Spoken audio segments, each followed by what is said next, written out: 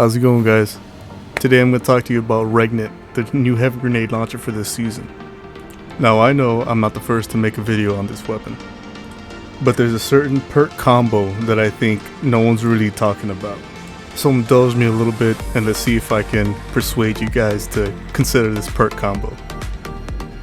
And that would be destabilizing rounds and repulsor brace.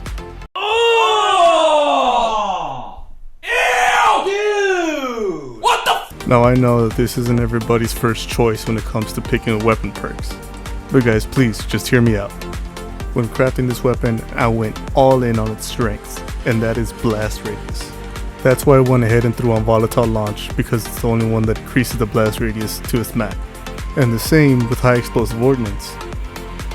I'm just trying to crank that blast radius up to 11 with this thing. Now, repulsor brace is a perk I think doesn't get enough credit. I think everyone else is going along the lines of auto-loading holster or envious assassin. And don't get me wrong, those are great perks. But personally, I think repulsor brace really has a chance to shine on this weapon specifically. And now we come to destabilizing rounds, a new perk for this season, which reads, final blows cause nearby targets to become volatile.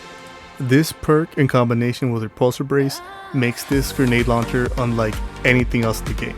Now yes, you can completely say, oh man, this guy's crazy, I'm gonna go with explosive light. And yes, explosive light with something like auto-loading or envious assassin is a great combo. But if you want something with great versatility and just survivability regardless of the class that you're using, please consider this perk combo. Now with your masterwork, I will say you have some flexibility. For me, the best two choices are reload speed or just continue to go all in on blast radius. I can't do that right now because, well, I'm broke.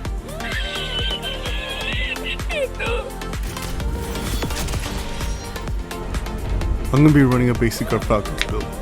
So with destabilizing rounds from both my Hero's Burden and Regnet, that means I'm going to be going invisible constantly. You're going to see footage of that in a moment. We're also going to be taking advantage of Void Breaches and Devour, and here's how. We're running Echo Cessation mainly to pick up a Void Breach every time we defeat a volatile target, which should be like every other kill. Echo of Undermining to weaken targets with our grenades. Echo of Harvest to create an Orb Power and a Void Breach whenever we defeat a weakened enemy. That's going to happen a lot. Alongside Echo Starvation to constantly have Devour up whenever we pick up an Orb Power or Void Breach. I'm running Vortex, but honestly you can run anything. Scatter and Magnetic Grenades did get a buff as far as the time reduction for recharge rate. So if you want to get a little spam happy with the grenades, those might be the choice for you. Now here you're going to see just how powerful the stabilizing rounds are on their own with Garfunkel. For every kill, you're creating overpower, you're creating Void Breaches, you're constantly invisible. This on its own is kind of a powerhouse. And when you take into consideration the Void Breaches and Orbs of Power both keep Devour up and going, when you add something like Repulsor Brace, the survivability for any class or any build just goes up immensely. Now, I'm not gonna lie to you guys, I thought I had some amazing clips showing just the strength of these two perks, but when I checked, my stupid ass wasn't recording. And I said in my last video I was gonna put up a video again this week, and I felt like I was taking way too long on this video already, so I pieced together what footage I already did have and footage from when I was testing my Verglass Bomber build. So there's gonna be a few clips of me getting kills with the grenade launcher and like nothing happens. I don't get Void Breaches or go invisible, and I'm just letting you guys know that's on me, that's my bad. But back to the gameplay. Now, this is a good example of how long you can stay invisible and how often you can have an overshield while invisible with this perk combo. Now if anyone's wondering, why would you want an overshield when you're invisible? You're already invisible, you're not going to be able to trap. You're right.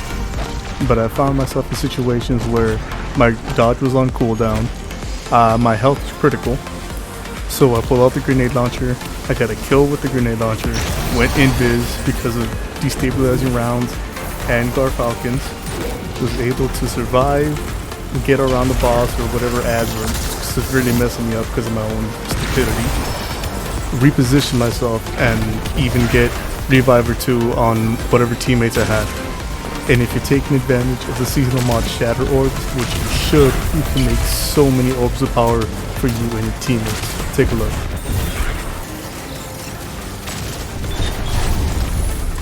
And even though this doesn't have spike grenades, this still does some pretty decent boss DPS. This perk combo really is something else, and I've been wanting something like this for a while now, especially on Hunter. Because the Hunter's class ability is tied into mobility, you're kind of forced into choosing whether you want resilience and recovery or resilience and mobility. And for anyone that was paying attention when I first showed the class, they would have noticed that my recovery was literally 10. Well guys, that's all I really got for you today. If you like what you saw, please drop a like, it helps me out. And let me know if you're considering crafting this yourself after watching this. Or were you just miles ahead of me and already had this and just didn't want to say anything? Either way, I hope everyone's having a great day. And a quick reminder to keep a kind heart, a keen mind, and a savage soul. I'll catch you guys later. Peace out.